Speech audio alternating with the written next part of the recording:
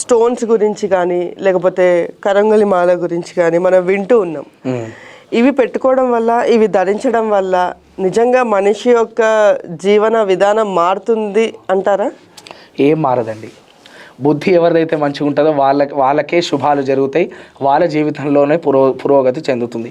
మీరు మొత్తమే ఈ 10,000 ఉన్నాయి, 10 రత్నాలు 10,000కి 10 ఉంగరాలు పెట్టుకున్నంత మాత్రాన, కరుంగలి మాల వేసుకున్నంత మాత్రాన, లేదా ఏదో విశేషమైనటువంటి పేరు గల మాల మీకు ఏదో తోచింది వేసుకున్నంత మాత్రాన మీకు ఏమి మంచి జరగదు.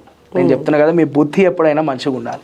మీ బుద్ధి ఎప్పుడైతే మంచిగా ఉంటుందో అప్పుడు అన్నీ కూడా సరైనటువంటి మార్గంలో అన్నీ వెళ్తాయి. ప్రత్యేకంగా ఉంగరాలు కూడా పెట్టుకోవాల్సినటువంటిది ఏం అవసరం లేదు. కొన్ని గ్రహాలకు అనుకూలంగా కొన్ని ఉంగరాలు చెప్పిందే తప్పితే దాని మీద నీ జీవితం అంతా ఏం ఆధారపడి ఉండదు.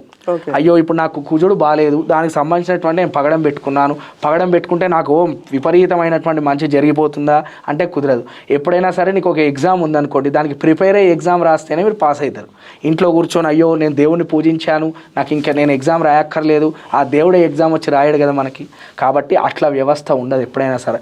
నీ బుద్ధి, నీ మనస్సు ఎప్పుడైతే సరైన మార్గంలో ఉంటాయో అప్పుడే నీ జీవితం బాగుపడుతుంది. నీ బుద్ధి సరిగ్గా లేనప్పుడు 10 ఉంగరాలు పెట్టినా, 10 కరుంగలి మాలలు వేసినా, లేదా నువ్వు మొత్తమే నిన్ను ఒక చక్రంలో కూర్చోబెట్టి నిరంతరం నీ పేరు మీద పూజలు చేసినా కూడా నీ జీవితం మారదు.